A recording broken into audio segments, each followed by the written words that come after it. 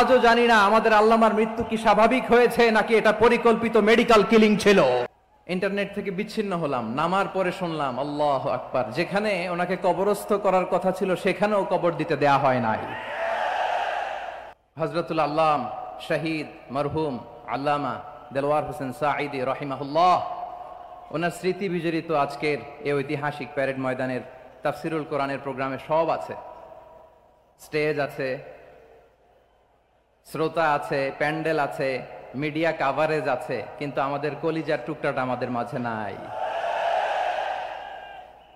আজকের এই প্রোগ্রামে আলোচক হয়ে এই চেয়ারে আমি না বসে ওই শ্রোতাদের কাতারে বসে যদি আমাদের আল্লামার নুরানি চেহারার দিকে তাকিয়ে ওয়াজ শুনতে পারতাম, আমাদের হৃদয়টা ঠান্ডা হয়ে যেত, আমাদের তৃষ্ণার্ত হৃদয় শান্ত হতো। সব আজকে আছে, কি যেন নাই, ঠিক কিনা বলেন? আল্লাহ তাআলা প্রতি 100 বছরে একজন মুজাদ্দিদ পাঠায়, প্রতি 100 বছরে একজন মুজাদ্দিদ, যিনি সমাজকে সংস্কার করেন। আল্লামা দেলওয়ার হোসেন সাঈদী রাহিমাহুল্লাহ ছিলেন তেমন একজন মুজাদ্দিদ। চিৎকার করে বলেন ঠিক কিনা? উনি শিরক বিদআতের আস্তানাকে তছনছ করে দিয়েছেন, তাওহীদের বাণীকে সমুন্নত করেছেন, গণমানুষের কাছে তাফসিরুল কোরআনকে জনপ্রিয় করেছেন। আজীবন আজীবন তিনি ইসলামকে বিজয়ী শক্তি হিসেবে দেখার স্বপ্ন দেখতেন। এত প্রাঞ্জল ভাষা, এত চমৎকার আধুনিক প্রেজেন্টেশন, গণমানুষের কাছে কোরআনের তাফসিরকে এভাবে জনপ্রিয় করে তোলার মতো ব্যক্তিত্ব আল্লামা সাঈদী ছাড়া দ্বিতীয় কেউ এই বাংলার ভূখণ্ডে নাই।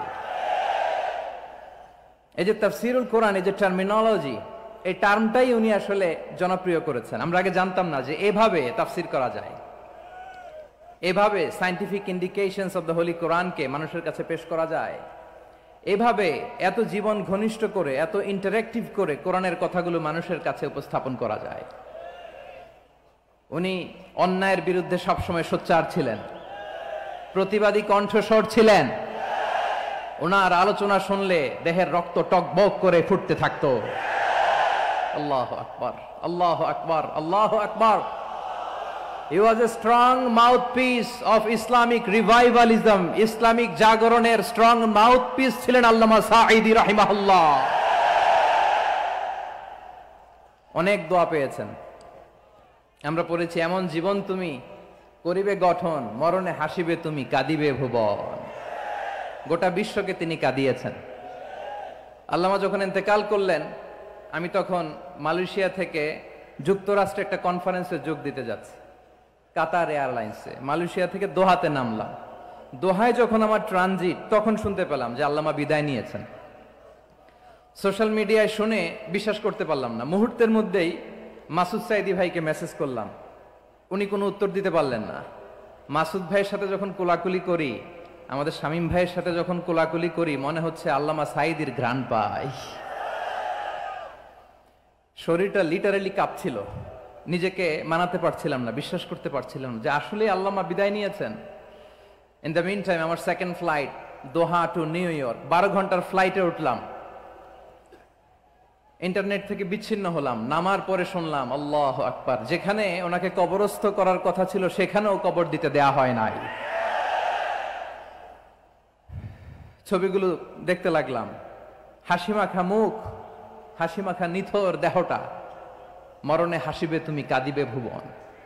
From east to west, from north to south, the entire globe, গোটা বিশ্ব ওনার জন্য কেঁদেছে, গোটা বিশ্ব কেঁদেছে। কাবার গিলাফ ধরে ধরে মানুষ চিৎকার করেছে। এর চেয়ে শ্রেষ্ঠ মৃত্যুকার হতে পারে? আমাদের আল্লামার আর কি পাওয়ার ছিল বলেন? আর কি পাওয়ার ছিল? কুল্লু নাফসিন যায়িকাতুল মাউত, যারাই দুনিয়াতে আসবে তারা ইন্তেকাল করবে, এটা আমরা মেনে নেই, এটা আমরা জানি। কিন্তু অবাক করা বিষয় হচ্ছে আমরা আজও জানি না আমাদের আল্লামার মৃত্যু কি স্বাভাবিক হয়েছে নাকি এটা পরিকল্পিত মেডিকেল কিলিং ছিল। এটা যে পরিকল্পিত মেডিকেল কিলিং ছিল, এটা ধারণা করার পেছনে অনেক কারণ আছে। তিনি আধিপত্যবাদের বিরুদ্ধে সোচ্চার ছিলেন, ফ্যাসিবাদের বিরুদ্ধে সোচ্চার ছিলেন, রাজনৈতিক প্রতিহিংসার শিকার ছিলেন। এজন্য এটা মেডিকেল কিলিং হতে পারে এ ধারণা আমরা করতেই পারি। আওয়াজ করে বলেন ঠিক কিনা? যেই সময়টা আমরা কাটাচ্ছি, এত সুন্দর সময় বাংলাদেশ আর পাবে না। আমাদের জন্মের পর থেকে এরকম চমৎকার সময় আমরা পাই নাই। এটাই আসল সময়। আমরা ইন্টারিম গভর্নমেন্টের কাছে দাবি জানাই, উচ্চতর তদন্ত কমিটি করে এটা কি হত্যাকাণ্ড ছিল নাকি স্বাভাবিক মৃত্যু ছিল, এই রিপোর্ট গণমানুষের কাছে প্রচার করে জানাতে হবে। এই দাবির সাথে কি সবাই আপনারা একমত? কারা কারা একমত হাত তুলে দেখান।